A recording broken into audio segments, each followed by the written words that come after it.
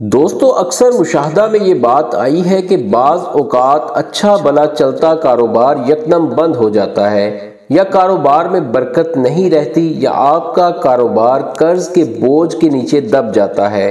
اگر ایسا ہو جائے تو آپ نے پریشان نہیں ہونا، بے شک اللہ پاک کے پاک کلام میں بڑی طاقت ہے اور ہر مسئلے کا حل موجود ہے۔ آج کی ویڈیو میں آپ کو ایک ایسا طاقتور اور مجرب وظیفہ بتائیں گے جس کی برکت سے آپ کے کاروبار میں برکت پیدا ہوگی اور قرض کی پریشانی سے بھی نجات ملے گی انشاءاللہ۔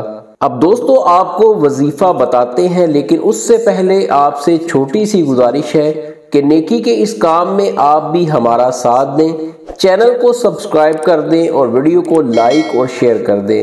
آپ نے جمعے کے دن 2 رکعت نفل نماز اس طرح پڑھنی ہے کہ سورۃ الفاتحہ کے بعد سورۃ القریش ایک بار پڑھنی ہے۔